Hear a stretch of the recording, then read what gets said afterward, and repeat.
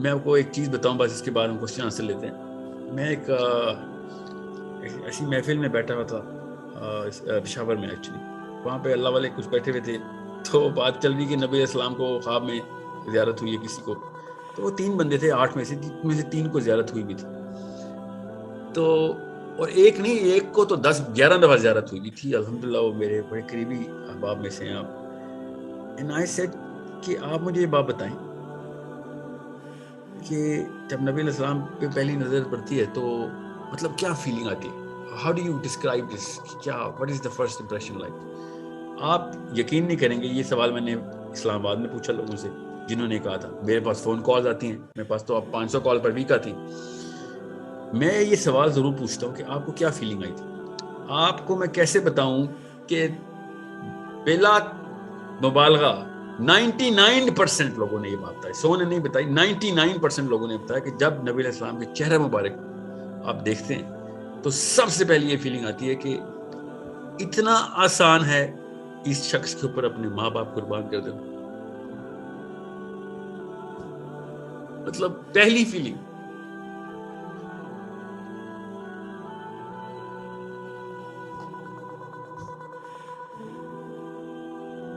ہمیں اپنے بچے جو ہے نا اپنے نبی سے بھی زیادہ عزیز ہو گئے, یہ ڈر ہے مجھے.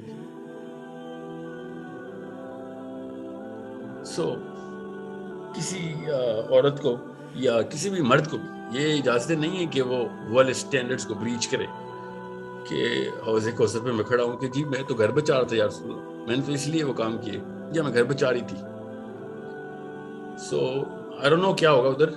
ہم تو اللہ کے مرہون منت ہیں, کیا پتا کیا اجازتیں ملتی ہیں, اللہ کیا معاف کر دیں کیا نہیں. مگر یہ نہیں سوچ سکتے کہ ہاں جسٹیفائڈ ہوں. جسٹیفائڈ نہیں ہے ہم.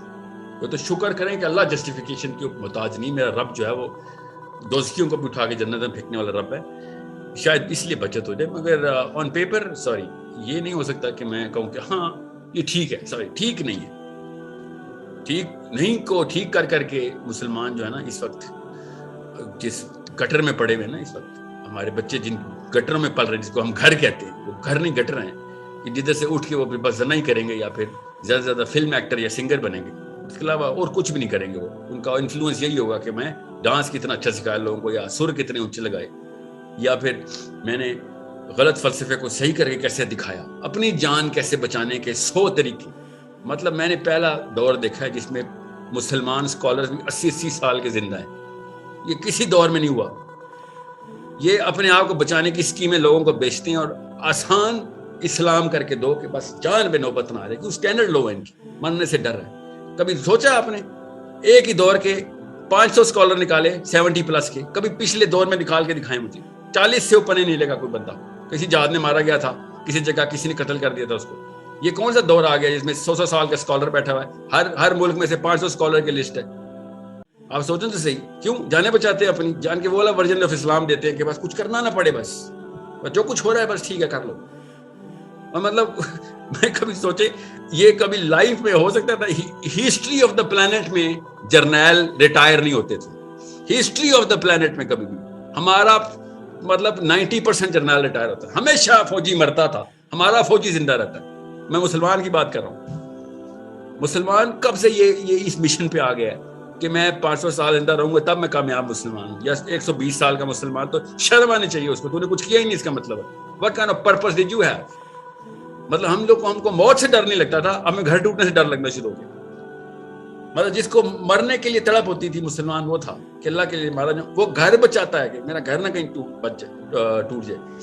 سو this is a bigger problem. یہ دنیا کی جو ہے نا وہن کی جو بیماری ہے, دنیا کی محبت, یہ ہے بیویوں کو لگی ہوئی اور شوہروں کو لگی ہوئی کہ بس کہتے. اور یہ خالی عورتیں نہیں ہیں جو گھر بچا رہی ہیں, آدمی بھی گھر بچا رہے ہیں. اللہ کی قسم آدمی بھی بلیک میل ہو رہے ہیں, ہم سب کو پتہ ہے اس بات کا.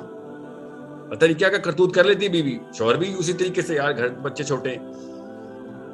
مگر مجھے چونکہ پتہ ہے اس بات ہے کہ زیادہ تر مرد جو ہے نا وہ کیجول اور بے راہ روی کا شکار ہے, اسٹینڈرڈ بالکل. تو ان کے گھر تو ٹوٹنے چاہیے تھے مگر وہ اس لیے نہیں ٹوٹ رہے کیونکہ عورت جو ہے نا وہ کمپرومائز کر کے بچے کمپرومائزنگ سائیکالوجی پر لے آتی. So this is not a one example, two example, everybody knows that. صرف اس لیے کہ امریکہ میں زیادہ طلاقیں ہو رہی ہیں تو وہ زیادہ زانی لوگ ہیں, نہیں.